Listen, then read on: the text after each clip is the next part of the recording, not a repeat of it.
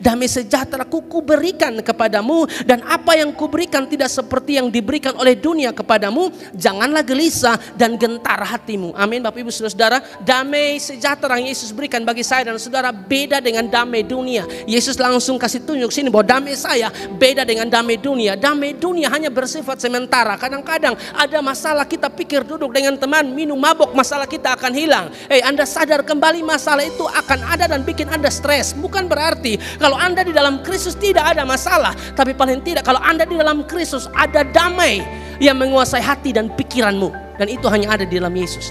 Karena di luar Yesus hanya ada damai palsu, bukan damai asli. Damai asli hanya ada dalam satu pribadi, Yesus Kristus Tuhan. Makanya saya bilang saudara, kita bisa beli apapun dengan uang kita. Uang kita boleh banyak, kita bisa beli apapun. Tapi dengar, satu yang kita tidak bisa beli saudara, ya, dalam konteks ini, damai sejahtera kita tidak bisa beli dengan uang.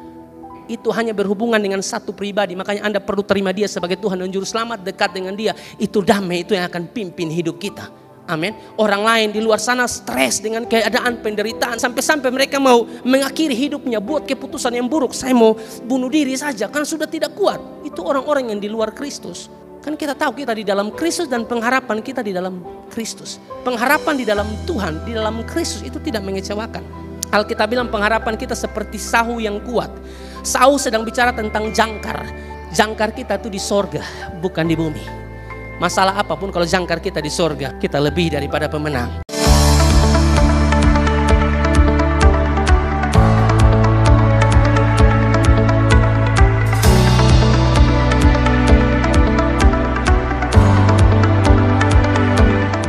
Yang ketiga, Bapak Ibu Saudara, mengapa Yesus harus naik ke sorga? Yang ketiga adalah memberikan pelajaran bagi kita bahwa di balik penderitaan ada kemuliaan.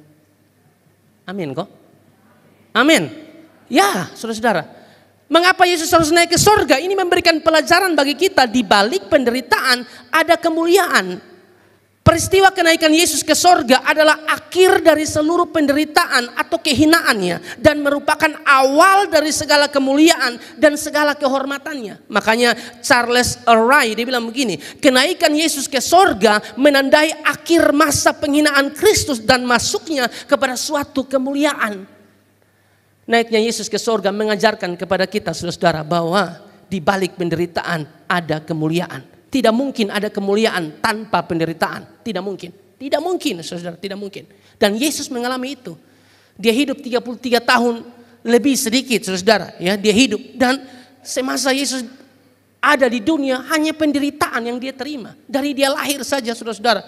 Sudah lahir di kandang binatang, saudara-saudara, terhina sekali. Ada di bukan keluarga yang kaya. Yusuf dong bukan keluarga yang kaya. Yusuf Maria bukan keluarga yang kaya. Keluarga yang biasa-biasa, saudara-saudara. Yesus lahir di keluarga seperti itu. Coba kok Bapak kasih dia lahir di keluarga yang kaya baik. Anggota dewan kok apa? Ini lahir di orang yang biasa-biasa, tukang kayu.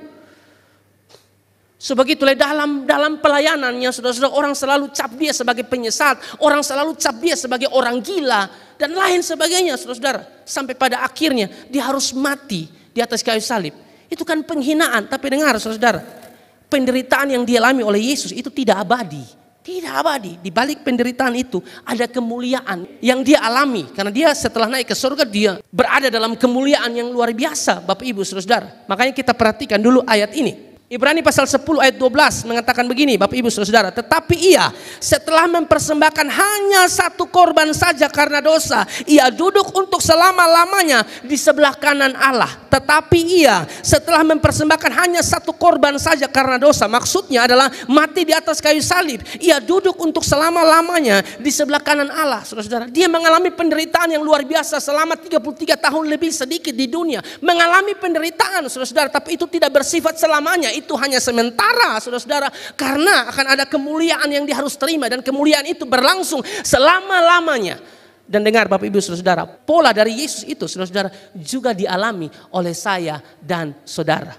Kalau guru kita seperti itu, bagaimana kita tidak seperti itu? Kalau Tuhan kita mengalami penderitaan, bagaimana mungkin kita tidak mengalami penderitaan? Tapi dengar, di balik penderitaan ada kemuliaan besar. Tidak mungkin ada kemuliaan tanpa penderitaan. Itu yang menjadi pelajaran menarik bagi kita pada kesempatan hari ini Bapak Ibu Saudara. Karena Alkitab mencatat Filipi 1 ayat 29 mengatakan bahwa sebab kepada kamu dikaruniakan bukan hanya untuk percaya kepada Kristus, melainkan juga untuk menderita untuk Dia. Lalu saudara-saudara, bagi kita yang mengatakan kita pengikut Kristus, kita sudah harus tahu bahwa kita harus pikul salib. Harus pikul salib, saudara-saudara, harus menderita bagi Kristus, menderita karena Kristus itu harus kita alami dalam kehidupan kita. Yesus saja menderita kok, bagaimana kita tidak menderita? Semua kita juga pasti menderita, tapi dengar baik Bapak Ibu Saudara bahwa penderitaan yang kita alami sekarang itu penderitaan ringan, Saudara. Penderitaan yang kita alami sekarang itu penderitaan yang biasa, Saudara-saudara, ya. Kita akan kuat menghadapi penderitaan itu kalau kita nih sudah dapat kepastian, Saudara, bahwa kita ini selamat. Amin. Bagi kita yang percaya Yesus, kita ini selamat. Hanya saja Bapak Ibu Saudara, kita masih ada di dalam dunia, sehingga dalam perjalanan kehidupan kita tuh ada penderitaan, ada tantangan, ada pergumulan, ada sakit penyakit dalam perjalanan kehidupan kita. Tapi tetap kuat sampai akhir. Karena Anda mati itu sorga pasti. Pasti sorga. Kok itu yang Dia janjikan ya, kemana aku pergi di situ kamu pun berada. Saya akan naik ke sorga menyiapkan tempat bagi kamu. Kalau saudara dan saya orang percaya. Amin. Bapak Ibu Saudara, saya kasih contoh beberapa waktu yang lalu. Misalnya saja Bapak Ibu Saudara, kita dijanjikan uang 1M. Ya, kita dijanjikan uang 1M oleh seorang yang memang bisa dipercaya karena selalu dia kalau janji apa dia tepati. Dia janji bulan Desember tanggal 31 kamu akan dapat 1M. Bulan Desember tahun 2023 tanggal 31 Anda akan dapat 1M. Tapi di bulan Mei ini kita menderita minta ampun. Kita menderita makan cuma mungkin hanya super mie, tapi itu juga tuh makan susah. Penderitaan yang kita alami di bulan Mei, aduh sungguh menyakitkan sampai di bulan-bulan berikutnya. Tapi bagi orang yang tahu bahwa dia telah dijanjikan 1M yang akan dia dapat di tanggal 31 bulan Desember, dia akan tetap kuat. Dia akan tetap bisa hadapi tantangan apapun karena dia tahu mau bulan Mei, Juni, Juli, Agustus, September, Oktober, November, Desember dia sengsara, tapi dia tahu di tanggal 31 itu ada janji 1M. Dia akan kuat. Saudara, yang Yesus janjikan untuk saya dan saudara bukan uang 1M, sorga. Bagi yang percaya, kita sekarang menderita di sini, tetap jalan, tetap kuat, tetap setia, tetap andalkan Tuhan, Anda akan sampai di sini. Itu maksudnya. Amin, saudara. Makanya Paulus bilang begini, Bapak Ibu Saudara, di dalam Roma 8 ayat 18. Roma 8 ayat 18 dia katakan begini, sebab aku yakin bahwa penderitaan zaman sekarang ini tidak dapat dibandingkan dengan kemuliaan yang akan dinyatakan kepada kita. Paulus tahu saudara-saudara bahwa penderitaan yang dia alami tidak sebanding dengan sorga yang Tuhan janjikan. Dalam artian ini bicara tentang kemuliaan yang Yesus katakan saudara-saudara. 2 Korintus 4 ayat 17 dan ayat 18. Perhatikan. Sebab penderitaan ringan yang sekarang ini mengerjakan bagi kami kemuliaan kekal yang melebihi segala-galanya, jauh lebih besar daripada penderitaan kami. Kalau kita baca ini kalimat sebab penderitaan ringan yang Paulus bilang, ringan di mana? Penderitaan Paulus itu ngeri, saudara-saudara. Disesa 40 kurang 1, 39, mengalami karang kapal, saudara-saudara. Dilempari dengan batu, mengalami kedinginan. Terlalu banyak penderitaan yang dialami oleh Paulus. Tapi dia bisa bilang, sebab penderitaan ringan yang sekarang ini. Lalu ayat 18 mengatakan, sebab kami tidak memperhatikan yang kelihatan, melainkan yang tak kelihatan, saudara-saudara. Karena yang kelihatan adalah sementara, sedangkan yang tak kelihatan adalah kekal. Dari bagian ini Bapak Ibu Saudara, Rasul Paulus melihat bahwa penderitaan mereka sedang membawa mereka menuju sorga. Dan bahwa pada akhirnya segala penderitaan itu berhenti juga. Amin Bapak Ibu. Seperti Yesus, penderitaannya itu berhenti juga. Mengalami kemuliaan, kita pun akan mengalami itu. Tapi sekarang kita masih ada di dunia dan kita harus menderita karena Kristus atau menderita bagi Kristus. Tetap kuat di dalam Tuhan Bapak Ibu Saudara. Karena sekali lagi penderitaan yang sedang kita alami sekarang, pergumulan yang kita sedang hadapi sekarang itu tidak sebanding dengan sorga yang Dia janjikan, saudara. Ya, Dia mau supaya fokus kita bukan pada penderitaan, fokus kita bukan pada uang kurang, fokus kita bukan pada hal-hal yang ada di dunia sini. Fokus kita jangan di situ, fokus kita tuh harus lebih jauh. Fokus kepada sorga, kepada kemuliaan yang dijanjikannya. Makanya Paulus bilang di dalam 2 Timotius 1 ayat 12. 2 Timotius 1 ayat 12. itulah sebabnya aku menderita semuanya ini. Tetapi aku tidak malu karena aku tahu kepada siapa aku percaya. Dan aku yakin bahwa dia berkuasa memeliharakan apa yang telah dipercayakannya kepadaku hingga pada hari Tuhan. Perhatikan kalimat ini menarik. Itulah sebabnya aku menderita semuanya ini. Tetapi aku tidak malu karena aku tahu kepada siapa aku percaya. Amin Bapak Ibu. Saudara pun demikian. Kita tahu kepada siapa kita percaya. Amin. Kita sedang percaya bukan Allah yang mati, Allah yang hidup. Kita sedang percaya Allah yang dengar seruan kita, bukan Allah yang tuli. Amin Bapak Ibu. Kita bangga punya Tuhan yang hebat. Jadi Bapak Ibu saudara-saudara, kita boleh mengalami penderitaan di dunia ini. Tapi ingat saudara bahwa Tuhan tidak meninggalkan kita, selalu ada penghiburan bagi kita. Dan Yesus juga katakan bahwa saya akan naik ke sorga dan Roh Kudus turun. Parakletos, penghibur itu. Yohanes 14 ayat 16 dan 17, perhatikan. Yohanes 14 ayat 16 dan 17. Aku akan minta kepada Bapa dan ia akan memberikan kepadamu seorang penolong yang lain supaya ia menyertai kamu selama-lamanya. Bukan menyertai kamu 1-2 hari, bukan menyertai kamu cuma 1 bulan, bukan menyertai kamu cuma 1 tahun. Perhatikan kalimat ini, selama-lamanya dia menyertai saya dan saudara, Roh Kudus. Kalau Roh Kudus menyertai kita, tidak usah takut dalam menjalani hidup ini. Dia tidak meninggalkan saya dan saudara. Ayat 26, tetapi penghibur, yaitu Roh Kudus yang akan diutus oleh Bapa dalam namaku, dialah yang akan mengajarkan segala sesuatu kepadamu dan akan mengingatkan kamu akan semua yang telah kukatakan kepadamu. Amin Bapak Ibu. Ada penderitaan yang saudara hadapi dalam hidup saudara, sakit, penyakit mungkin, atau pergumulan tertentu, ya, masalah-masalah tertentu dalam hidup saudara. Jangan salahkan Tuhan, ya, jangan salahkan istri, jangan salahkan suami atau siapapun duduk di kaki Tuhan, dan minta kekuatan daripada Tuhan karena penghiburan itu datangnya dari Tuhan, saudara-saudara.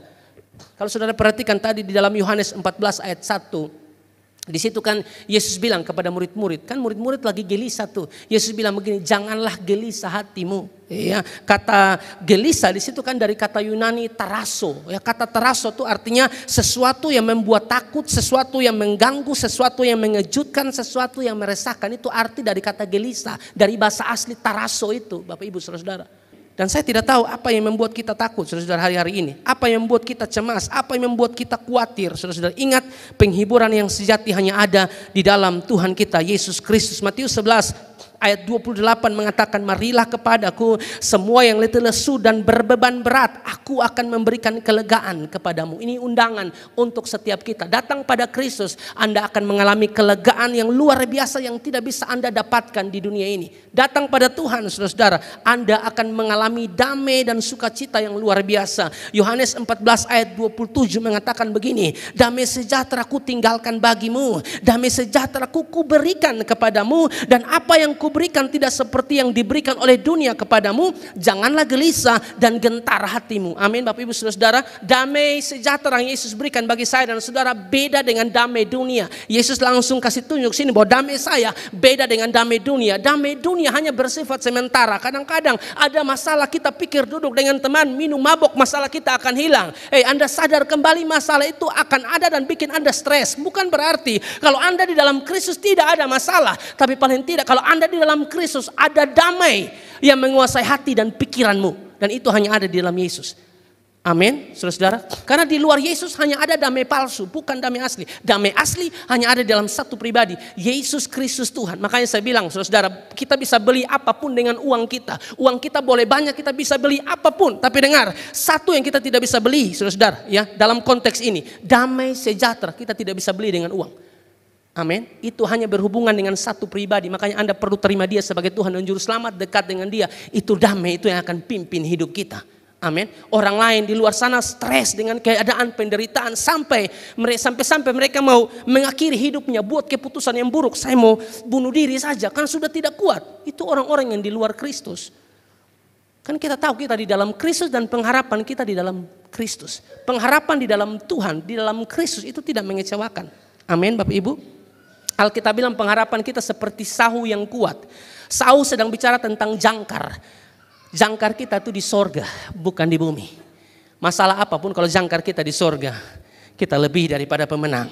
Dia mampu menolong setiap kami, dia mampu menolong setiap kita di dalam kesulitan-kesulitan yang kita alami. Mazmur 107 ayat yang ke-6 mengatakan, maka berseru-serulah mereka kepada Tuhan dalam kesesakan mereka, dan dilepaskannya mereka dari kecemasan mereka. Saya tidak tahu apa yang membuat kita cemas, saya tidak tahu apa yang membuat kita takut, apa yang membuat kita sedang ada dalam situasi yang sulit. Dengar, datang pada Tuhan, itu jawabannya. Hanya di dalam Tuhan Anda dikuatkan, hanya di dalam Tuhan saudara-saudara Anda dapatkan damai itu. Meskipun masalah belum selesai. Tidak selalu kita datang di Tuhan masalah langsung selesai, betul tidak? Doa yang saya minta belum dapat saudara-saudara. Tapi itu membuat saya mundur? Tidak. Meskipun Tuhan belum jawab, tapi itu damai, itu selalu saya alami, rasakan dalam hidup saya. Itu yang membuat saya tetap kuat berdiri bersama dengan istri, hadapi apapun. Amin, saudara. Meskipun kadang-kadang orang ngomong keton jelek, apa saudara, Tuhan yang balas, jangan kita. Kita subantu orang, tapi ada ya orang-orang yang kotong subantu dan tulus, tapi dong bisa omong kotong di belakang. Tapi saya hadapi dia enak, saudara. Saya tetap doa dia. Saya buktikan kok, saya menang. Saya tidak boleh begitu. Sebelumnya saya doa dia, baru giliran dia bikin salah begini saya tidak doa dia. Tidak ada di live pagi dimanapun saya tetap doa orang itu. Kadang-kadang Tuhan tuh uji nah. Lu hotbah menyanyi puji Tuhan. Buka suara sampai ini mau putus. Giliran orang buat salah langsung bisa ampuni. Harus bisa ampuni. Amin, Bapak Ibu Saudara. Itu yang perlu kita perhatikan. Jadi sekali lagi, mengapa Yesus harus naik ke sorga? Poin yang ketiga. Di sini kita belajar bahwa di balik penderitaan ada kemuliaan. Amin, saudara. Kemuliaan tidak mungkin kita alami kalau kita tidak mengalami penderitaan dalam kehidupan kita. Dan dengar saudara, ini yang terakhir. Waktu kita ada dalam situasi yang sulit, saudara, dalam hidup kita, persoalan, pergumulan. Dengar, saudara, selalu ada keuntungan bagi orang-orang yang ada di dalam Kristus. Sekali lagi, selalu ada keuntungan bagi orang-orang yang ada di dalam Yesus. Selain dia diselamatkan, selain dia dibenarkan, selain dia akan mendapatkan damai sejahtera, saudara. Tapi dengar ini, hanya orang-orang di dalam Kristuslah yang akan mendapatkan penghiburan yang sejati. Orang-orang yang tidak di dalam Yesus, dia tidak dapatkan penghiburan itu. Penghiburan yang sejati itu hanya bagi orang-orang di dalam Yesus. Mengapa saya katakan demikian? Dengar, waktu Yesus bangkit dalam Matius pasal 28 di situ, ya. Waktu Yesus bangkit, lalu terjadi gempa bumi, saudara. Malaikat Tuhan turun dari langit menggulingkan batu tersebut. Yang menggulingkan batu kubur itu adalah malaikat, saudara. Tujuan malaikat menggulingkan batu tersebut bukan supaya Yesus bisa keluar. Karena tanpa kubur itu dibuka, saudara-saudara, atau didorong, Yesus bisa keluar menembus dinding batu. Batu itu terguling supaya perempuan-perempuan Maria Magdalena dan perempuan-perempuan yang lain mendapatkan fakta bahwa Yesus bangkit. Sehingga mereka memberitahukan kepada Petrus dan murid-murid yang lain bahwa Yesus bangkit. Tapi saudara-saudara, peristiwa kebangkitan Yesus waktu murid-murid ada di sana, malaikat Tuhan menggulingkan batu tersebut. Alkitab mencatat mereka ketakutan. Kalau tidak salah Matius 28 ayat 3 atau ayat 2 di situ dikatakan mereka ketakutan, saudara-saudara. Prajurit-prajurit takut. Matius 28 ayat 4, dan penjaga-penjaga itu gentar ketakutan dan menjadi seperti orang-orang mati. Makanya Bapak Gembala sering bilang jangan menyanyi lagu BCL, kirim aku malaikatmu nanti lu kincing di celana. Itu berat, saudara. Ini waktu malaikat Tuhan turun menggulingkan batu itu, penjaga-penjaga itu gentar ketakutan dan menjadi seperti orang-orang mati. Dalam terjemahan lain saudara-saudara mengatakan mereka pingsan, saudara-saudara. Waktu malaikat Tuhan turun menggulingkan batu tersebut. Tapi saudara lihat, tidak hanya sekedar penjaga-penjaga ini yang takut. Perempuan-perempuan itu juga takut. Perhatikan di ayat 5 dikatakan begini. Akan tetapi malaikat itu berkata kepada perempuan-perempuan itu, janganlah kamu takut. Kalimat janganlah kamu takut berarti ini perempuan ini takut. Ini perempuan-perempuan ini takut. Maria Magdalena dan perempuan yang lain, mereka takut. Makanya ada kalimat janganlah kamu takut. Apa yang bisa kita pelajari di sini? Bapak Ibu, saudara-saudara, dengar. Masalah boleh kita hadapi sama. Orang yang tidak percaya bisa mengalami masalah.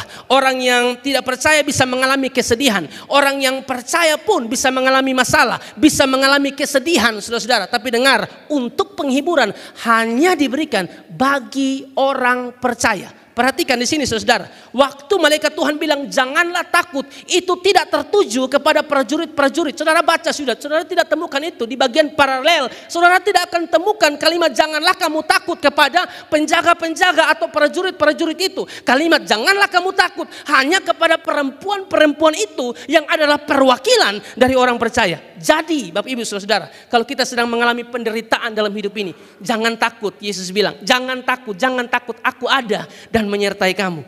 Amin Bapak Ibu. Saudara percaya Yesus ada di sini dan siap menguatkan Anda? Amin. Kasih tepuk tangan yang meriah buat Tuhan. Saya selesai. Mari kita bangkit berdiri sama-sama.